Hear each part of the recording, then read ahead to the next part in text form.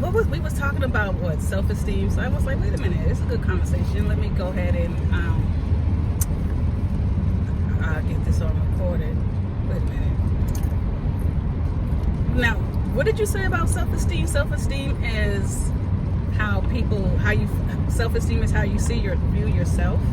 Yeah, your self-esteem is how you see yourself. Like, how do you see yourself? How do you show up? Mm-hmm. How do you view yourself? Like, do you view yourself as confident, strong? So, where do you think low self-esteem comes from?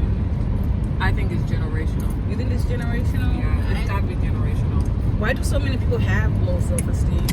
It's like you don't have enough belief in oneself. So how do you build up your self-esteem?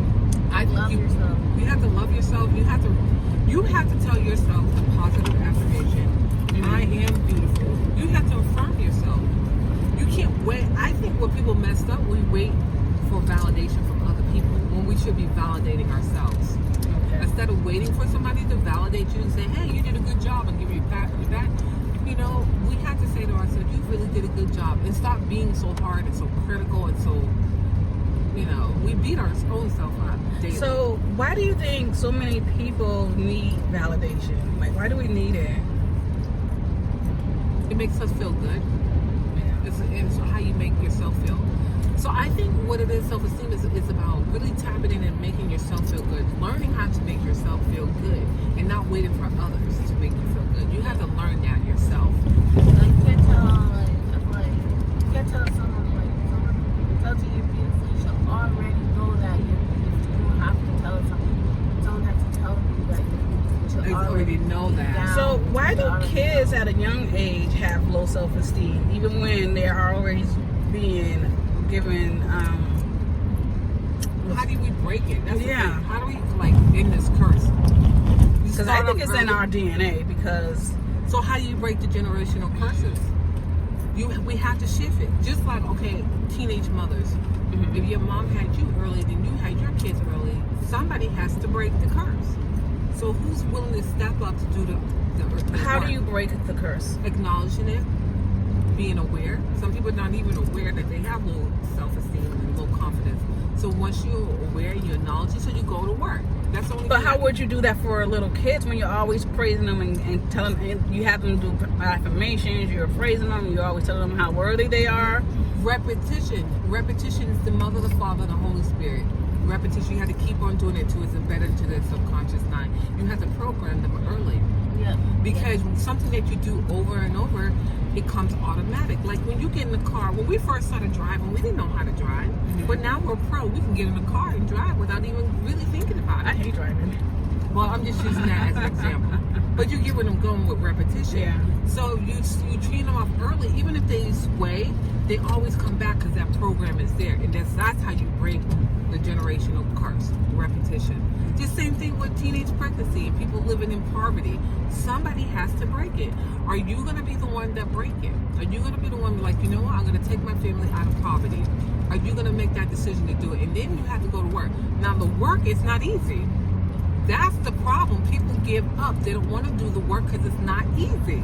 Because if it was easy, everybody will do it. Everybody will be set free. I don't think it's hard. I think it's the repetition, and you have to be consistent with it. Exactly. Because saying positive affirmations to yourself every day, that's not hard. Listening to, positive music and all that, and, positive things and stuff, that's not hard. But then you look yourself in the mirror. That's not hard either. What's hard is being consistent with it. Yeah. That's the problem. That's what it is. And that goes back to repetition. Consistent. Being consistently doing the work. You got to be persistent. You got to endure. And it takes all those qualities in order to break the curse. So curses can be broken. Of course, so you're saying curses can be broken? Yes, they can. It can be broken. I think that you have to sit back, take a look at yourself, do a self-assessment, a self-check-in. And I actually just uploaded one on my website. So it's a good little quick self-assessment to see where you are. So and that goes back to what? Knowing thyself too. Spending time with yourself, spending time alone, really getting to know yourself. your negative self as well as your positive Yeah, self. and acknowledging both sides of yourself. You know, a lot of people. Acknowledging your negative and your positive, Yeah. and just trying to find the medium ground, the balance. Yeah. What is that? Your shadow self? You gotta do that. Some people call it your shadow self, your dark self, however you want, whatever term you want to put on it. I like to just refer to it as your positive side and your negative side. We all can be negative, you know. Reprogram your mind. They do have, it's a lot of reprogramming that needs to be done. It's a lot of deprogramming to reprogram. Yeah. So you got to deprogram, but if you don't know what to deprogram, you're not aware. How are you going to unprogram if you're not even aware?